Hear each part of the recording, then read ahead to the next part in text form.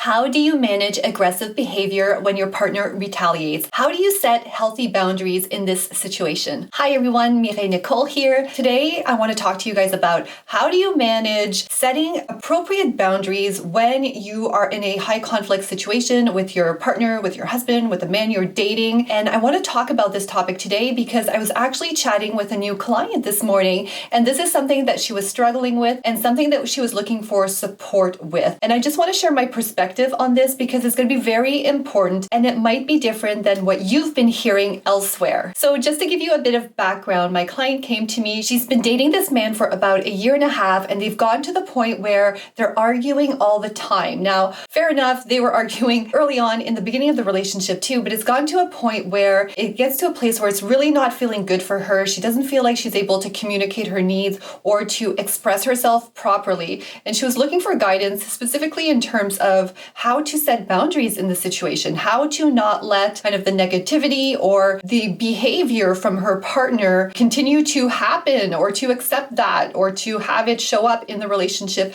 at all. And one of the things that I always share with the women I work with is that I'm a big believer in just taking it back to the beginning. Yes, I think boundaries are very important. I think boundaries are healthy. For the most part, though, I do believe if you get to the point of implementing boundaries, you've gone really far. Like, you've gone really deep in your relationship in terms of the where you don't want to be so much, right? Like, I know in my own personal situation, when I started exploring this whole idea of boundaries, it's because me and my partner, me and my husband, boyfriend at the time, were really struggling. We were really arguing a lot. It was very rocky in our relationship and we were on shaky grounds, and we don't want to be there, right? Ideally, what I share with women is you don't want to get to that point where you have to implement boundaries. Now, in certain instances, like in cases of addiction, yes, you're going to want to go straight into the boundaries. But in circumstances where there might be a communication issue or a lack of skill or mastery when it comes to expressing your needs, you're going to want to look there first. And again, also, if by aggressive behavior you mean like physical violence or your safety is at risk, I would say this isn't even a matter of boundaries, right? You want to get professional help to get out of that situation. Like, boundaries don't apply. So I'm really talking here about boundaries if you feel like you've gone to a place where there's a lot of maybe contempt, defensiveness, name calling in the relationship, a lot of distancing, right? This is where a lot of times the women come to me, they're in that space and they really want to look at the boundaries. But this is where I like to get women to kind of back up and walk them through kind of looking at the beginning of the relationship. Because like I said, obviously you don't want to have to get that point. And really the magic is in avoiding getting to that place altogether. And the way I see it is when you get to that space of needing or thinking you need boundaries is because it's a symptom of something larger that's happening. And if you look in the case of health, right, that's how I like to picture it too. When you're looking at health, the kind of the space of needing a boundary is kind of like the symptom of the problem. And yeah, you can keep addressing the symptom, but if you're looking only at the health symptom in that example or that analogy, then that's when you keep on having to, take the same medication over and over and over to treat the symptom because you're not treating the root cause. And it's the same thing in the relationship, right? If you're just setting a boundary and you're not really addressing the root cause of the issue in the relationship or in the dynamic between the two of you, you're just always going to have to set boundaries. You're always going to be back to that place. And let me tell you, no matter how much you guys love each other, if you're always in a space of needing boundaries, after a while, one of you or both of you are going to get tired of being in this type of relationship, right? You're going to want to either be on your own. It's going to sound like a better deal to be on your own, or you're going to want to find a relationship where you don't have to get to that space.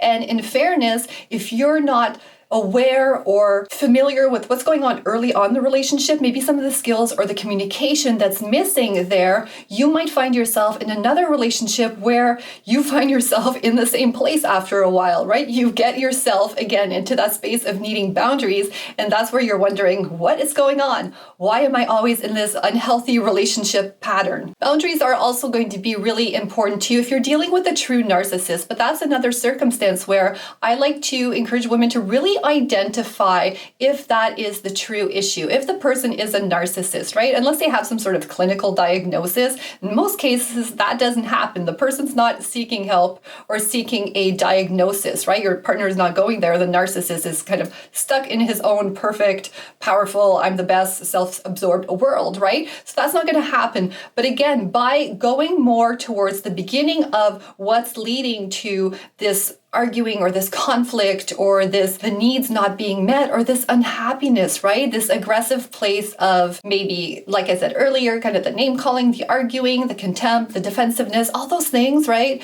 You want to bring it back to really see what's going on. So this is going to be useful also if you want to identify if you're with a narcissist, but I'll do a whole video on that topic separately. So the thing is, this aggressive behavior could be happening because the communication between the two of you is not happening in an effective or skillful way, right? And the person or your partner in this case is at his wit's end, right? Chances are, if you guys are finding yourself in this situation, both of you might have opportunity to enhance some of the communication earlier on. So he might be in that space, and I'm not defending him in any way, right? This isn't healthy or appropriate for a relationship, but this might be either his own defense mechanism and the only way he's learned how to cope with things too, right? So by going back and really looking at the beginning of the exchange, how you guys are talking to each other, how you are expressing your needs and your desires, this can really have this whole impact on how the conversation ends, right? And whether or not it gets to that place where you need to set that boundary or not. At the end of the day, we just want to get you to a place in your relationship where you guys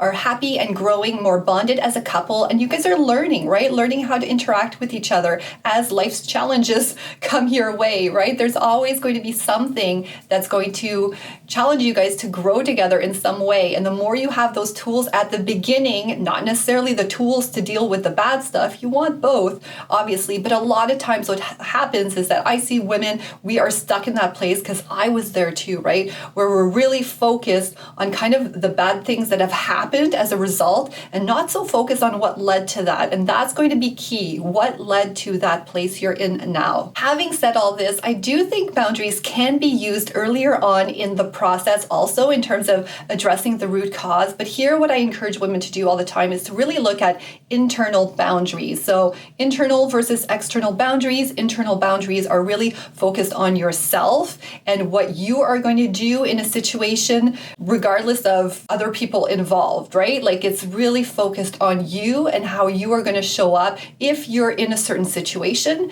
or how you're going to respond. And external boundaries have more of a focus kind of on the other person or other things around, right? They're a lot more focused on someone else's maybe behavior or how they're showing up or how they're acting towards you. And that's always going to be a lot harder to enforce, especially when we're talking about love and there are emotions involved, right? Maybe you're married, you have a whole life together. That's going to be really difficult, or I should say a lot more challenging to implement those boundaries. And usually those boundaries are necessary, when things have been left to go too far. But on the other hand, when it comes to internal boundaries, these are going to be really great practice for you in terms of eventually if you need to go to those external boundaries, because those are going to be dependent on you and it's only up to you to enforce it. And it's you really that is kind of getting the positive results of that boundary. So the more you can do it with yourself and stay solid in your own boundaries with yourself, the more you're going to be, ready to do those external boundaries. So in cases like this, like an internal boundary could simply be, I'm not going to engage in this type of conversation with my partner until I've learned the best way to communicate my needs when I'm upset. I'm like giving an example that's super general here, but it's just to kind of help illustrate the fact that, okay, it's not based on necessarily his behavior, it's based on something that you've experienced and you want for yourself. Or, I'm going to set the boundary that if I'm emotional, this is a huge one, right? So, and I'm going to do a whole video on this one, talking from intention rather than emotion, or communicating from, or even responding from intention rather than emotion. But it can be simply an internal boundary of, if I feel really negative emotions right now, then I'm not going to bring up a particular topic. Or if I feel really negative emotions, then I'm going to focus on really fixing, what's going inside of me and bringing myself back to a space where I feel better about myself. Maybe I'm more rational. And just being like those teeny tiny internal boundaries like that are going to make you more solid, more confident, more empowered as a woman in situations in your relationship or your marriage or even your dating life. And I'm going to make like an exception here, but kind of like an internal boundary that you could set for yourself that kind of involves the other person. All right, so this is what I wanted to share in terms of how to manage aggressive behavior from your partner when he retaliates. So really check to see what's going on that causes him to retaliate in the first place, right? Really have a look at the beginning of the relationship, or not the beginning of the relationship, I mean the beginning of the conversation, to see what are all the factors that led you guys to where you are at right now, and what are some things that you can tweak or change in the beginning before you get to that space to have to set boundaries. Like I said, sometimes you'll have to set boundaries, but a lot of times there are things that led to that you can tweak so that ultimately you don't have to get to that space where there are boundaries. Because to me, boundaries usually is because you're in a really bad space, right? And we want you to be in a good space in your relationship, in your happily ever after. So if you have any questions, make sure to leave them in the comments. I will get back to you. Thank you so much for watching. I will see you guys in the next video.